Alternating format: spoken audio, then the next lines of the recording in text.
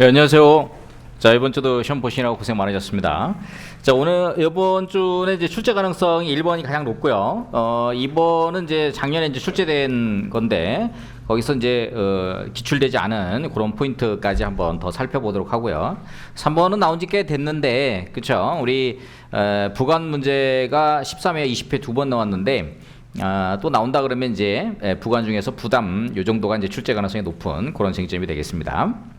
자, 먼저 오늘 1번부터 보시면은요. 1번에 이제 1-1번은 이제 출제가 됐고요. 1-1번. 뒤에 그 우리 판례 4단계 제가 한 거 복교 4단계 그 쟁점이 있으니까 여러분 한번 살펴보시면 좋을 것 같고, 그다음에 이제 단톡방에 계속 제가 판례에서 나온 그 기출문제에서 나온 판례들을 계속 정리해 드리고 있는데 계속 한번 보시도록 하고요.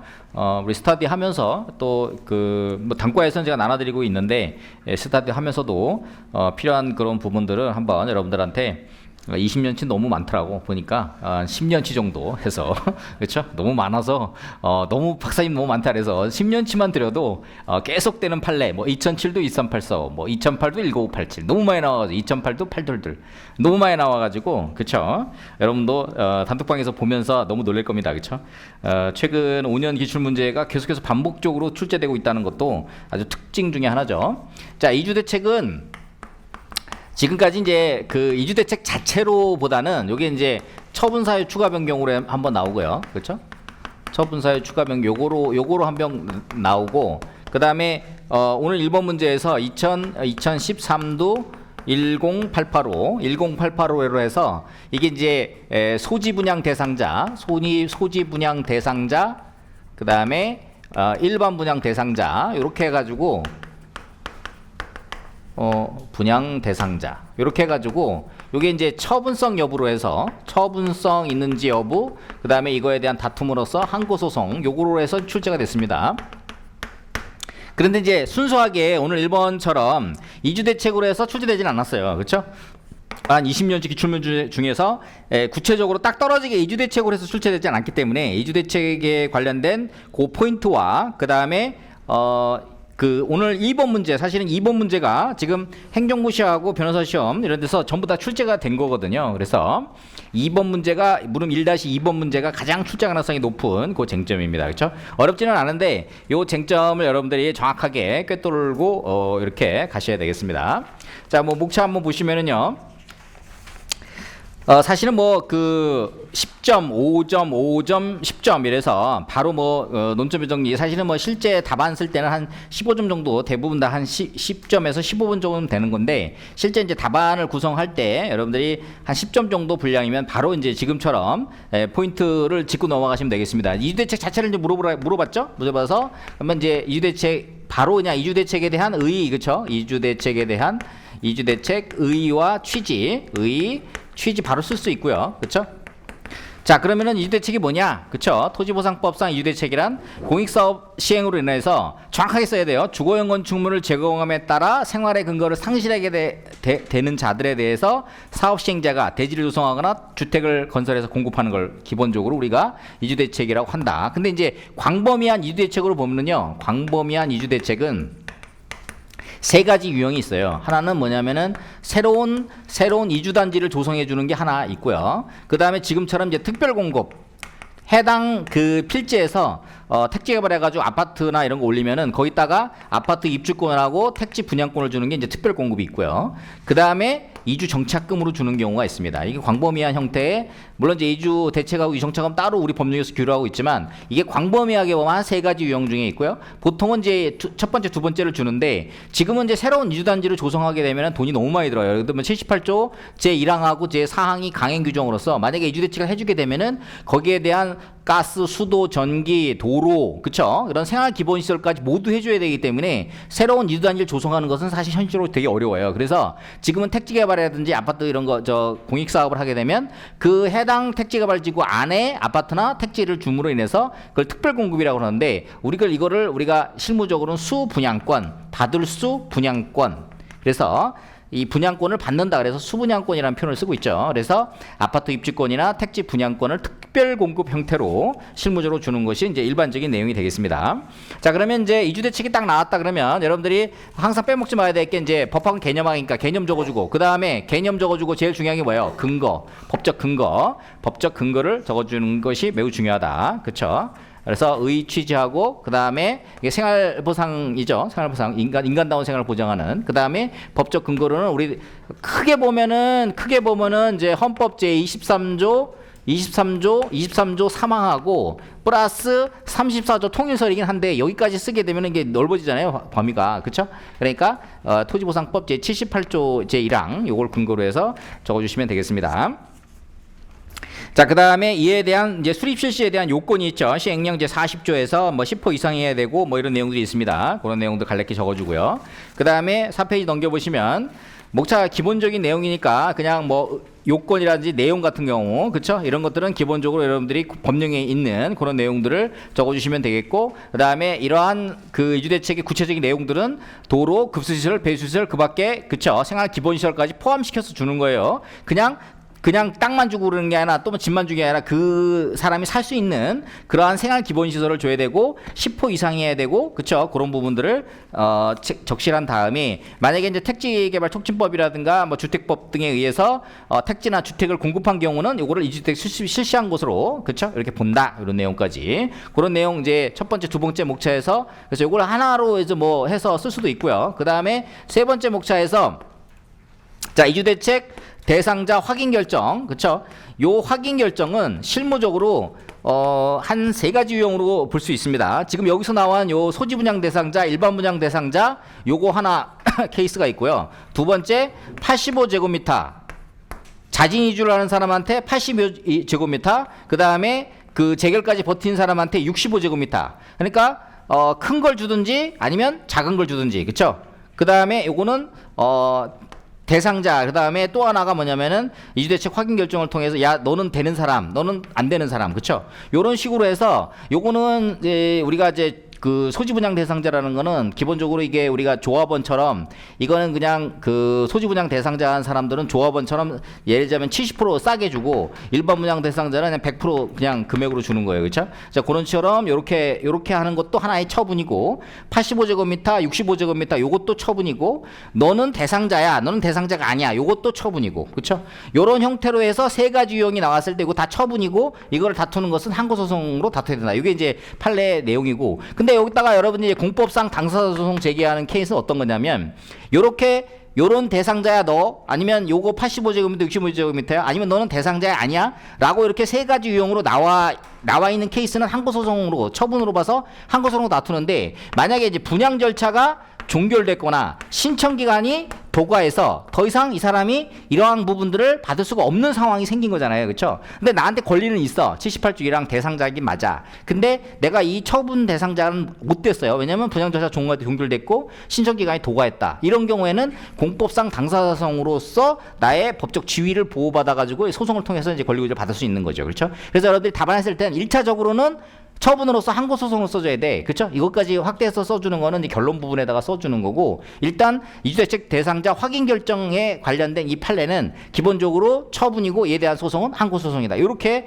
법리를 끌고 가야 되겠습니다. 물론 이거에 대해서 이제 과거에 뭐 이거에 대해서 이제 그 학설의 대립이 있었어요. 학설의 대립이 있었는데, 그냥 최근 판례는 4페이지 보시면은 토지보상법상의 공익사업 시행자는 이주대책 확인 결정은 구체적인 이주대책 대상자의 수분양권, 받을 수분양권을 부여하는 요건이 되는 행정작용으로서의 처분이지 이를 단순히 절차상의 필요에 따른 사실행위에 불과한 것으로 평가할 수 없다. 따라서 수분양권의 취득을 희망하는 이주자가 소정의 절차에 따라 이주대책 대상자 선정 신청하는 데 대하여 사업시행자가 이주대책 대상자가 아니라고 하여 위 확인 결정 등의 처분을 하지 않고 이를 제외하거나 거부 조치, 그러니까 너 아니야, 난 빼는 거, 너 대상자야 라고 하는 것조차도 자, 이주자로서는 사업시행자를 상대로 항고소송에 의해서 제외 처분이나 거부 처분의 취소를 구할 수 있다. 나아가 이주대책 종류가 달라 그 보장하는 내용에 차등이 있던 경우죠. 85제곱미터, 65제곱미터 주는 거요. 그쵸? 차등의 경우 이주자의 희망에도 불구하고 사업시행자가 요건 미달 등을 이유로 그중 더 이익이 되는 내용의 이주대책 대상자로 선정하지 않았다면, 원래는 나는 85제곱미터를 받고 싶었는데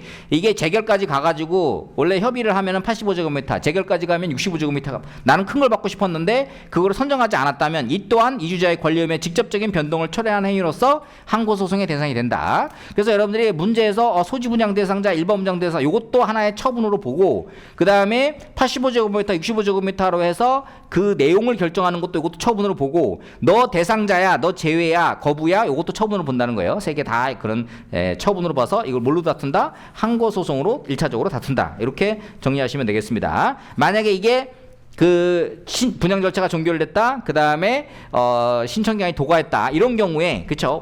원칙적으로는 행정소송 또 항고소송으로 다투고 예외적인 경우에 공법상 당사로 다투는 경우는 바로 그러한 케이스다. 신청 기간의 도가 이미 분양 절차가 종결된 경우 그런 경우에 한다. 그렇죠? 이렇게 나중에 이제 권리구제 뒷부분에다가 그 내용을 적어주시면 되겠습니다. 요거는 뭐 여러분 이제 맞추라고 낸 거고 조금 어려운 문제가 이제 2020도 50324 그쵸? 요 케이스죠. 1차 결정은 처분으로 봤는데 자 2차 결정은 원심에서 이거 처분을 보지 않았습니다. 그렇죠? 우리가 그런데 이 문제를 보면은 우리가 이제 거부가 처분이 되게 한 요건 여기 나오는 거니까 기본적으로 거부가 처분이 되기 위한 요건에 관련된 그쵸? 요건에 관련된 포인트는 여러분들이 적어주셔야겠죠. 자 공권력 행사로서의 거부, 그 다음에 국민의 권리 맺히지 영향을 미칠 것, 법규상, 조리상, 신청권, 그쵸? 공권신 이렇게 해서 그쵸? 이렇게 외우셔야겠습니다. 공권력 행사로서의 거부, 국민의 권리에 직접 영향을 미칠 것, 법규상 조리상 신청은 있어야 될 것. 그래서 공권실 언급해주고 그 다음에 요 관련 판례 2020도 50324 판결례지 첫 번째는 우리가 처분에 대한 개념 적어줬고요. 그 다음에 6페이지 보시면 요게 이제 포인트입니다. 수익적 행정처분을 구하는 신청에 대한 거부 처분은 당사자의 신청에 대해 관할 행정청이 이를 거절하는 의사를 대외적으로 명백히 표시함으로써 성립된다. 거부 처분 일순 후 당사자가 다시 신청을 한 경우에는 신청의 제목 요하에 불과하고 그 내용이 새로운 신청을 하는 취지라면 관할 행정청이 이를 다시 거절하는 것은 새로운 거부 처분이라고 보아야 한다. 관계법령이나 행정청이 사전에 공표한 처분 기준에 신청 기간을 제한하는 특별한 규정이 없는 이상 재신청을 불허할 법적 근거가 없으며 설령 신청 기간을 제한하는 특별한 규정이 있더라도 재신청이 신청 기간을 도과했는지는 본안에서 재신청에 대한 거부 처분이 적법한가를 판단하는 단계에서 고려할 요소이지 소송 요건 심사 단계에서 고려할 요소가 아니다. 그렇죠? 여기서 일단은 1차 결정도 처분, 2차 결정도 마찬가지 제목 용어에도 불구하고 이것도 하나의 처분이다. 그렇죠? 여기서는 이제 여기까지 해서 끝났어. 그렇죠? 여기서 끝났는데 그 행정무심 문제에서는 요 1차 결정 처분이냐, 그 다음에 각각 제소기간. 그렇죠? 90일에 안 날로부터 90일 제소기간이 경과하지 않았으면 요 각각 소외 대상으로 삼는다. 여기까지가 행정무심 문제였습니다. 그래서 우리 만약에 시험에서 다시 나온다. 그러면은 이주대책 대상자에 대한 이의신청에 대한 불복. 그쵸? 요거 하면은 꼭 이거 이제 과랑 내기 딱 좋은 거야. 왜냐면 이의신청 나왔다 그러면 토지보상법 있으니까 이거 다 83조로 쓰는 사람이 거의 절반 이상이야. 그쵸? 이렇게 쓰면은 안 된다. 그쵸? 그래서 이건 생활보상이기 때문에 이주대책은 토지보상법의 재결사항이 아닙니다. 그쵸? 그래서 토지보상법 83조 중에 과락이야 이거는. 그쵸? 이렇게 해가지고 문제를 내가지고 떨어뜨리는 경우가 있어요. 그쵸? 우리 시험에서는 요 이주대책, 우리가 원래 판례는 이게 이제 민원처리법에 따른 이의신청으로 들어갔는데 지금 우리 그 행정기본법 36조가 생김으로 인해서 지금 이주대책 대상자 제외 처분에 대해서 이의신청이 만약에 들어간다 그러면은 행정기본법에 따라서 그쵸?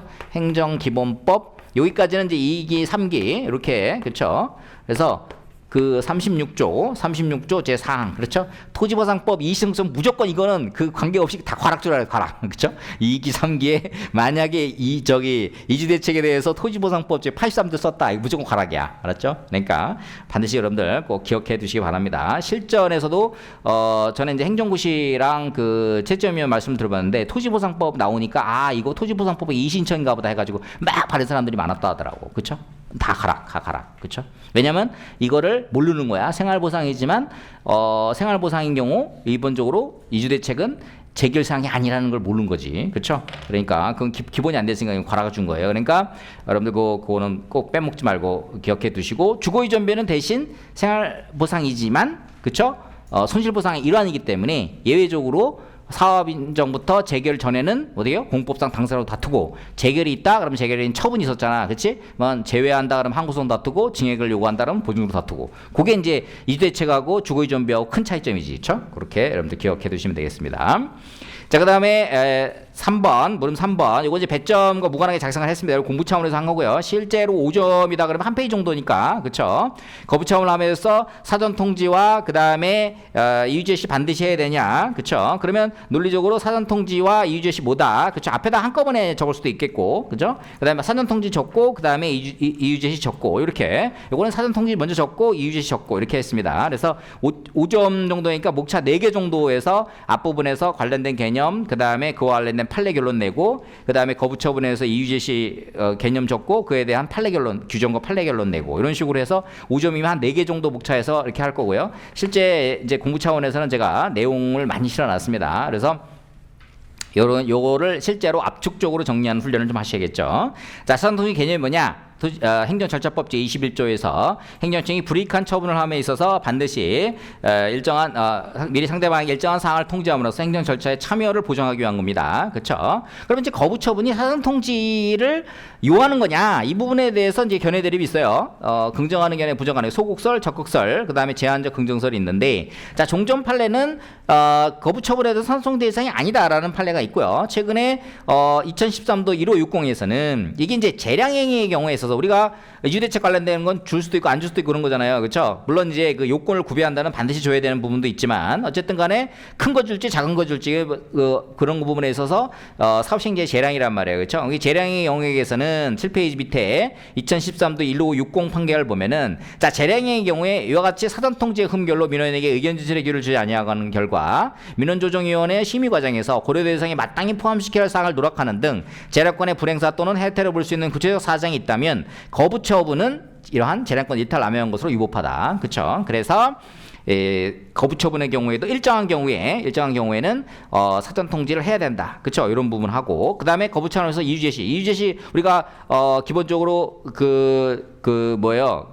침해적 처분을 함에 있어서는 반드시 그에 대한 구체적인 이유를 적시해줘야 된다. 그렇죠? 23조에서 그렇게 하고 있죠. 그래서 예외적으로 그러면은 8페이지에서 예외적인 경우 언제인 거냐, 그렇죠? 신청 내용을 모두 그대로 인정, 모 단계 이렇게 오잖아요, 그렇죠? 단순 반복적인 또는 처분 또는 경미한 처분으로서 당사자가 그 이유를 명백히 알 수 없는 경우, 그 다음에 긴급히 처분할 필요가, 이런 경우가 모 단계인데 해당 사안에서 이게 된다, 이게 모 단계에 해당된다 안 된다, 해당되지 않는다는 반드시 해줘야 되는데, 그 이주제시의 방식과 정도는 판례도 있지만, 그렇죠? 원칙적으로 문서로서 그 상대방이 그 처분의 이유를 충분히 납득할 수 있을 정도로 구체적으로 명시해야 된다. 그렇죠? 그런 내용을 적어주시면 되겠습니다. 여기서 이제 여기까지 하고, 그 다음에 이제 요거 나오면 늘 나오는 게 절차자의 독자적 위법성 관련된 요 쟁점은 추가적으로 여러분들이 공부를 해두시면 되겠고요. 자, 그 다음에 이제 문제 4번에서 처분사유 추가 변경, 그쵸? 여러분이 처분사유 추가 변경하고 헷갈리는 게 우리 기출문제 중에서, 그쵸? 그 두 가지 유형이 있는데, 이 처분사유 추가 변경이 있고, 처분사유 추가 변경은 소송 도중에, 그쵸? 소송 도중에 논거를, 그쵸? 논거를 지금 바꾸는 거야, 그쵸? 논거를 바꾸는 거고, 그 다음에 소송 도중에 이유제시, 그쵸? 이 문제가 있어요. 실제 기출문제 보면은 소송 도중에 하나의 처분을 함에 있어서 거쳐야 그 절차를 중에서 이유제시를 안 했고, 요거를 소송 도중에 보완을 하는 요런 케이스 문제가 있고, 요거는 소송 도중에 논거를 바꾸는 거야, 논거를. 그쵸? 요거는 추가적으로 그 절차를 하자를 보완하는 문제가 하나 있고, 요거는 소송 도중에, 그쵸? 공격 방어 방법을 바꾸는 거예요. 그쵸? 우리가 LPG 충전소 같은 거 이런 거 많이 보잖아요. LPG. 그쵸? LPG 충전소에서 맨 처음에 인허가 여부를 우리가 그 이격거리를 만약에 이격거리로 인허가를 거부했는데 소송 도중에 도시미관으로 바꾼 거야, 논거를. 그쵸? 자, 요런 경우가 어떻게 돼요? 처분사유 추가 변경이고, 요런 경우는 그 우리 쟁점이 뭐예요? 쟁점이 절차하자의 우리가 그 치유에 관련된, 그쵸? 치유의 시기 문제예요, 요거는. 그쵸? 그러니까 요거를 여러분들 헷갈리지 않도록 하셔라. 그쵸? 그래서 우리가 처분사유 추가 변경의 기사동, 그 다음에 사시행 이렇게 외우는 거 있잖아요. 그쵸? 자, 기본적 사실관계의 동일성 인정 여부에서, 그쵸? 법률적 평가 이전에 사회적 사실관계 동일성, 시간적 장소 근접성, 행위의 태양 결과의 동일성. 그렇죠. 요 논고를 추가할 쟁점이냐, 아니면 소송 도중에 어떻게 돼요? 하자의 치유의 시기에 관련된 문제로 물어본 거냐. 요거를 헷갈리게 쓰시면 안 됩니다. 그렇죠. 문제 잘 읽어봐야 되겠어요. 그렇죠. 자, 처분사유 추가 변경이란 처분 발령하게 된 사실상 법률상 근거를 사후에 소송 도중에, 그쵸, 그거를 변경하는 거예요. 추가하거나 변경하는 걸 말한다. 그쵸.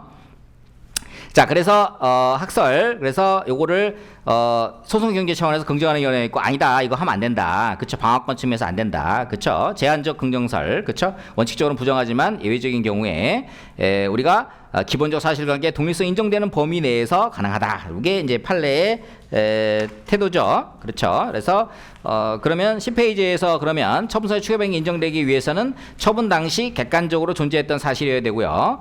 특히 이제 두 번째 별표 기본적 사실관계 동일성이 된다. 그렇죠? 이게 기사동 사시행, 기본적 사실관계 동일성이 인정되기 위해서는 법률적 평가 이전에 사회적 사실관계 동일성, 시간적 장소적 근접성, 행위의 태양 결과의 동일성, 이렇게 인정되어야 한다. 그렇죠? 그랬을 때 처분사유 추가 변경이 인정된다. 이렇게 볼 수가 있는 거죠. 자, 그렇게 해서 보시면 되겠고, 이와 관련돼서 11페이지에서 2011도 28301 요 판결이 그대로 시험에 출제가 된 바가 있습니다. 요 판례 별표 쳐놓으시고요. 논고를 잘 기억을 해 두시면 되겠습니다. 그래서 결론적으로 처분사유 추가 변경 인정 여부에 관련돼서 이거를 여러분 따져봤을 때 법률적 평가 이전에 사회적 사실관계 동일성, 시간적 선적 근접성, 행위의 태양 결과의 동일성 인정된다 하면은 처분사유 추가 변경 인정되는 것이고, 그렇지 않다 그러면, 그쵸, 처분 변경으로 한 소유 변경을 해야 된다. 이렇게 여러분들 정리해서 알고 계시면 되겠습니다.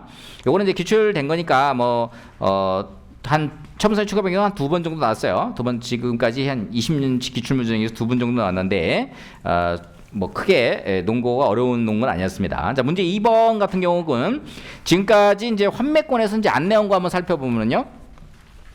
지금 요 문제는 이제 출제가 됐는데, 이제 기본적으로 기본 쟁점이니까 우리 이제 1기 때 한번 하는 거고요. 자, 2, 3기 때는 안 다뤄봤던 게 뭐가 있냐면, 환매권에 있어서 환매권의 대항력, 그쵸, 이게 출제가 아직 안 됐어요. 이게 이제 사법시험 마지막 2번 문제로 출제가 됐죠.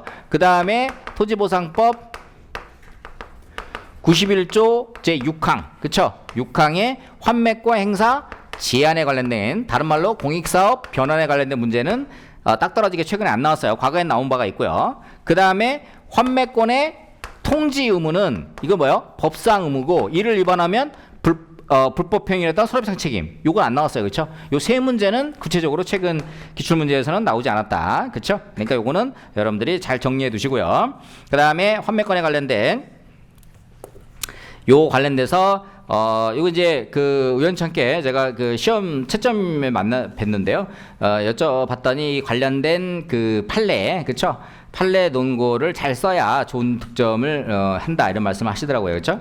자, 14페이지 보시면 환매권 의 법 취지, 그렇죠? 법적 근거 관련된 거, 공익사업 필요하여 취득한 토지가 사업의 폐지, 기타 사유로 인해서 필요하게 되거나, 그렇죠? 일정 기간에 경과가 되면은 원토지 소유자에게 돌려도, 이런 거죠. 감정의 존중, 재산권 존속 보장, 91조 우리 법에서 91조에 근거하고 있다. 그래서 이게 공권과 사건이 대립하는데 유력설이 이제 공권이긴 합니다. 왜냐하면 환매제도 자체가 공법적 수단에서 이게 강제로 취득해가지고 상실된 걸 다시 회복하는 거잖아요. 그렇죠? 그래서 우리가 주체설 관점에서 약간 그 뭐예요? 이게 공권에 해당한다, 이런 견해가 있는데, 판례는 다 사건으로 본다. 왜? 환매권자 자신의 이익을 위해서 환매 의사표시를 하고 재취득하는 과정을 거치기 때문에 대표적인 사건이다, 이렇게 보는 거죠. 그래서 헌재와 대법원은 모두 사건이다, 이렇게 보고 있습니다. 14페이지 밑에 판례도 공권력 행사라고 볼 수 없다. 그렇죠? 그 다음에 사법상 매매다, 이렇게 보고 있죠. 그래서 이게 공사법 이혼체제에서 우리가 19회 시험에서 환매권의 그 법적 성질과 소송 수단, 그 소송 수단을 물어봤는데, 그러면은 법적 성질을 먼저 쓰고, 그러면 공권이면 행정소송으로, 그렇죠? 그 다음에 사건이면 민사소송으로, 이렇게 환매권의 소송 수단, 이렇게 해가지고 19회 때 한번 출제가 된 바가 있고요. 그 다음에 이제 작년도 출제된 게 형성권 채권적 효력, 그렇죠? 형성권은 뭐예요? 일방적 의사표시로서 효과가 발생하는, 그렇죠? 그러니까 사업시행자의 동의를 요하지 않는다는 게 포인트입니다. 형성권, 그렇죠? 왜냐하면 사업시행자는 기본적으로 사업시행자 의사와 관계없이, 왜냐하면 자기가 용도 지역도 바꿔놨어요, 택지도 닦아놨어요. 그런데 토지 소유자가 내 땅 돌려도 이렇게 하면은 자기한테 큰 손해거든 지금. 그렇죠? 그렇기 때문에 당연히 사업 시행자는 이거 잘 닦아놨으니까 제3자한테 팔면은 수익이 엄청 나는데 이걸 원토지 소유자에게 돌려주려면 엄청 억울하잖아요. 그렇죠? 당연히 불리하기 때문에 그래서 피수용자 토지 소유자에게 불리하기 때문에 이걸 형성권으로 만들어 놓은 거예요. 일방적 의사표시로서 효과가 발생한다. 근데 안 주면 어떻게 할까? 그렇죠? 안 주면 어떻게 돼? 그럼 민사소송 제기하는 거지. 안 주면은. 그렇죠? 형성권이라는 게 이게 일방적 의사표시 효과가 발생하는 것이고, 그렇죠? 보상금 상당 금액의 지급 또는 공탁함으로 족하다고 그랬잖아요. 그렇죠? 그러면 거기서 피수용자 입장에서는 그 사실상 이제 매매 효력이 생기는 거고, 만약에 안 준다 그러면은 우리가 이제 사건으로 보고 있으니까 이제 민사소송으로 가는 거고, 그 다음에 이게 채권적 효력이 갖는 거, 채권 채무 관계 결국은 상대의 동의를 요하지는 않지만, 그렇죠? 일방적 의사표시 효과가 발생하긴 하지만, 그렇죠? 기본적으로 그거 자체로 물권화 되는 건 아니잖아요, 그렇죠? 이건 채권적인 효력이기 때문에 사실상 나중에 소유권 이전 등기 청구 소송이나 소유권 말소 등기 청구 소송의 포인트로 한다, 그렇죠? 이렇게 보시면 되겠습니다. 그래서 환매권의 성질은 사법상 권리고 사건이고 형성권이고 채권적 효력을 갖는다, 그렇죠? 이렇게 채권 채무 관계. 요건 다 맞출 수 있겠죠? 자, 그 다음에 그러면 이제 환매 대금에 대한 증액 포인트. 요게 이제 과거에는 환매 대금 증액에 관련돼서 어떻게 돼요? 우리 공투법에 재결 절차를 준용하도록 돼 있었어요. 그래서 이거를 행정소송으로 다투도록 했었는데 이게 법령이 통합이 되면서 91조 제4항에서 보시면은요. 16페이지 보시면 토지의 가격이 취득일 당시에 비하여 현저히 변동된 경우 사업시행자와 환매권자는 환매 금액에 대해 서로 협의하되 협의가 성립되지 아니하면 그 금액의 증감을 법원에 청구할 수 있다. 그쵸? 요거 포인트 잘 기억해 두시면 되겠습니다. 그 다음에 시행령 제48조에서 우리가 시행령 48조 91조 사항에서 토지 가격이 취득일 당시에 비하여 현저히 변동된 경우는 환매권 행사 당시 토지 가격이 지급한 보상금의 환매 당시까지의 해당 사업과 관계없는 인근 유사 토지의 지가 변동률을 곱한 금액보다 높은 경우로 본다. 요거 언제 토지 가격이 변동되었느냐 이런 부분들이 요 내용이 있고요. 그러면 요 소송의 형태가 뭐냐? 그래서 16페이지 사건 번호 2010도 22368 사건에서 이 91조 사항에 따른 환매대금 증감의 소송은 뭐다? 민사소송이다. 요거 꼭 기억해 두시면 되겠습니다. 따라서 이제 민사소송을 하면 되겠고요. 그 다음에 토지 가격이 변동된 현재의 변동된 경우, 그렇죠? 변동된 경우에 대한 의미. 그래서 91조 사항 언급해주고 변동이 됐어요. 그래서 변동된 경우 적어주고 그 다음에 이걸 토대로 해서 선이행 또는 동시행변을 주장할 수 있느냐, 이 부분에 대해서 17페이지 판례가 그렇죠?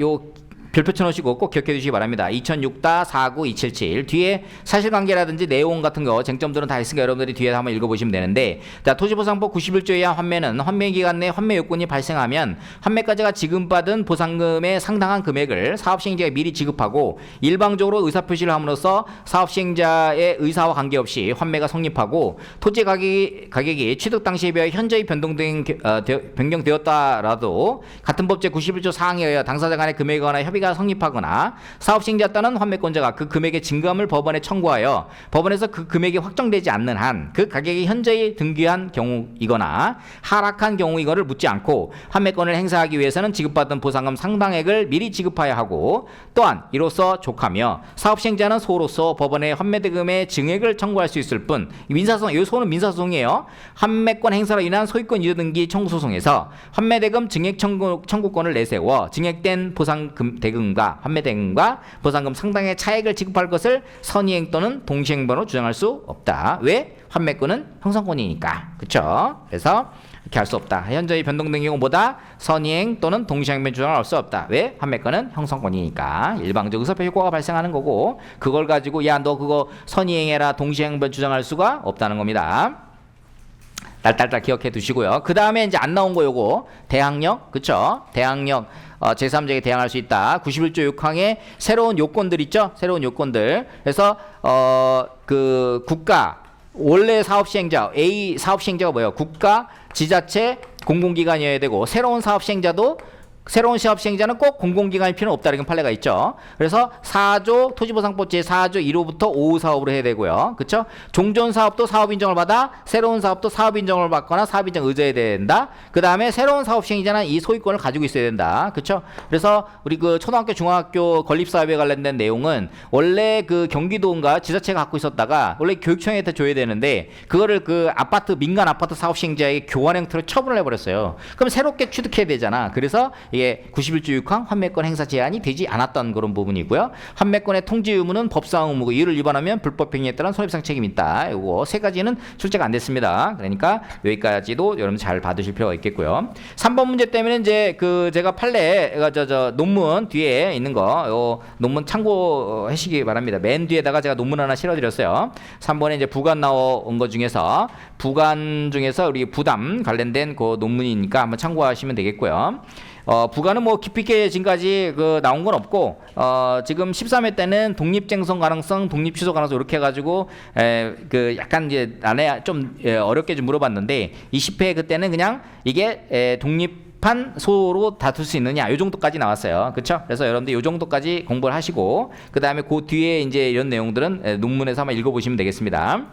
자, 요 문제에서도요, 이게 10점짜리이기 때문에 뭐 사실은 그냥 바로 이제 그 부관 중에서 부담 이렇게 들어가고 그 다음에 손실보상 이렇게 들어갈 수가 있는데 이게 이제 원래 큰 배점을 좀 줄여놓은 거니까 개설 이렇게 안 하고 논점의 정리를 해놨습니다. 그렇죠? 그래서 여러분들이 이제 과거에는 이제 그 부관에 관련돼서 구체적인 법적 근거가 없었습니다. 없었는데